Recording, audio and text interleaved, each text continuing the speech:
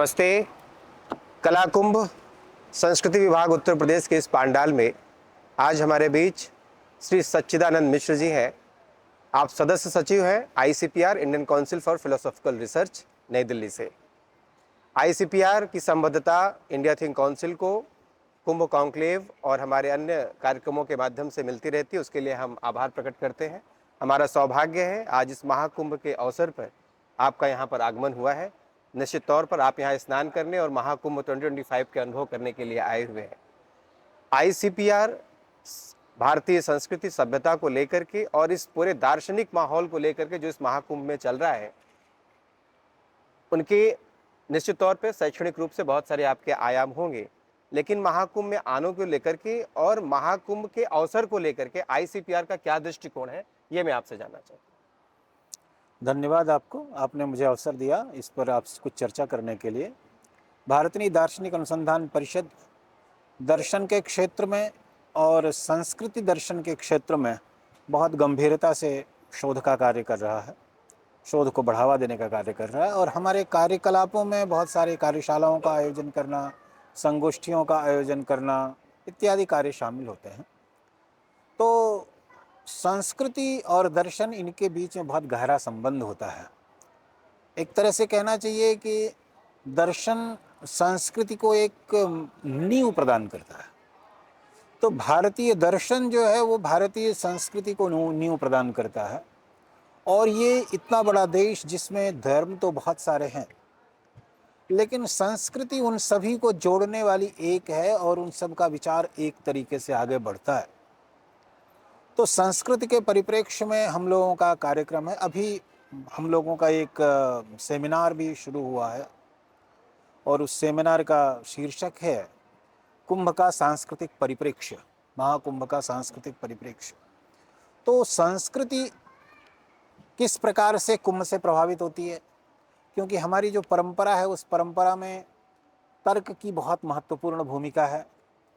और ये जितने भी कुंभ आयोजित किए जाते हैं वो तीर्थों में आयोजित किए जाते हैं। मुख्यतया 4 तीर्थों में ये कुंभ आयोजित किए जाते हैं और ये चारों तीर्थ अलग अलग कोनों में हैं देश के। हरिद्वार में, प्रयागराज में, नासिक में और उज्जैनी में।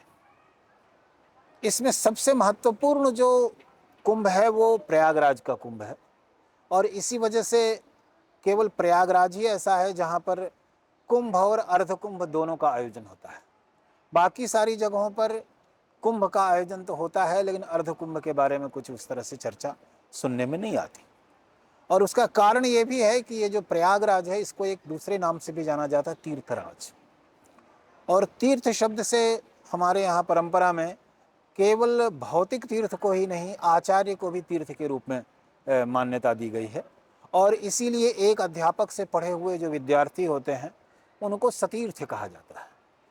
और तीर्थ में जब हम जाते हैं तो एक कामना लेकर के जाते हैं और वह कामना ये होती है कि हम वहाँ से कुछ बेहतर बन करके निकलें, कुछ अच्छा बन करके, पहले जितने अच्छे थे उससे ज़्यादा अच्छा बन करके निकलें।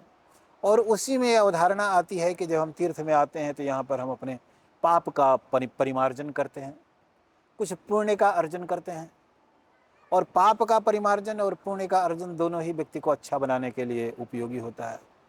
आचार्य के पास हम जाते हैं तो वहाँ पर भी कुछ ज्ञान अर्जित करते हैं और उस ज्ञान के माध्यम से हमको उचित और अनुचित का विवेक प्राप्त होता है। और इसलिए तीर्थ के रूप में आचार्य की भी मान्यता है।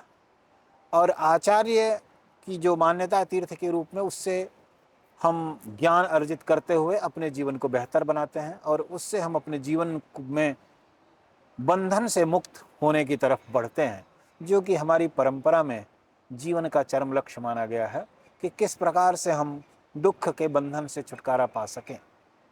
और दुख का जो बंधन है वो बंधन ज्ञान से ही छुटकारा प्राप्त किया जा सकता है। और ये जो परंपरा रही है तीर्थराज प्रयाग में इतना बड़ा कुंभ आयोजित करना, 12-12 वर्षों पर, 6 वर्षों पर अर्धकुंभ का आयोजन, इसमें बड़े बड़े विद्वान, बड़े बड़े साधक, बड़े बड़े ऋषि महात्मा ये लोग आते थे और वो आते थे ज्ञान का को बांटने के लिए।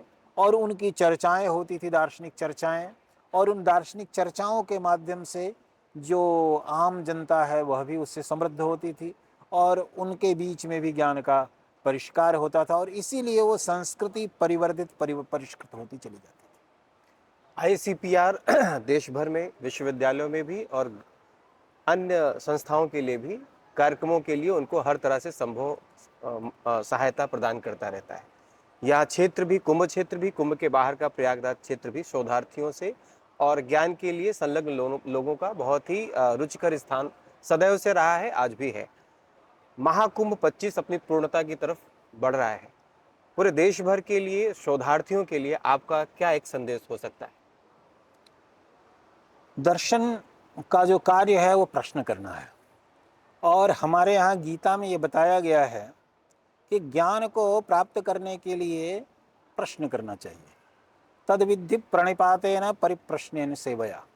तो ज्ञान को प्राप्त करने के लिए प्रश्न करना चाहिए, और वो प्रश्न के माध्यम से ही ज्ञान अधिक परिपक्व होता है और उसको एक आधार प्राप्त होता है। तो मैं विद्यार्थियों के लिए ये एक संदेश देना चाहता हूँ कि दर्शन की जो मूल अवधारणा है प्रश्न करने की, वो संस्कृति के विषय में, वो मूल्यों के विषय में, धर्म के विषय में, केवल वो विज्ञान के विषय में ही नहीं बल्कि जीवन के हर एक क्षेत्र में प्रश्न करने की जो अवधारणा है और मौलिक प्रश्नों की जो अवधारणा है उसको जीवित रखें। और क्योंकि जो मौलिक प्रश्न हैं वही देश के भविष्य को सुनिश्चित करते हैं, क्योंकि जो मौलिक प्रश्न हैं उनके माध्यम से शोध को और अधिक बढ़ावा मिलता है, रिसर्च आगे बढ़ता है, और उसके कारण हम विगत आगे के समय में और अधिक उन्नति प्राप्त कर सकते हैं और देशों का नेतृत्व कर सकते हैं, जिसको हम कह सकते हैं कि हम अन्य देशों का भी ज्ञान के क्षेत्र में नेतृत्व कर सकें। और उसके लिए ये जरूरी है कि सामान्य व्यक्तियों के मन में भी प्रश्न करने की बात खड़ी हो, और ये बहुत जरूरी है। और इसीलिए हमारी परंपरा में तो एक प्रश्नोपनिषद भी आता है। जी, ज्ञान, संस्कृति और परंपरा के दर्शन से जुड़े हुए उसके आयामों को लेकर के आपसे पुनः चर्चा करूंगा जब आप दिल्ली में होंगे और आपकी व्यस्तता थोड़ी कम होगी। आज आपने समय निकाला, बहुत बहुत धन्यवाद।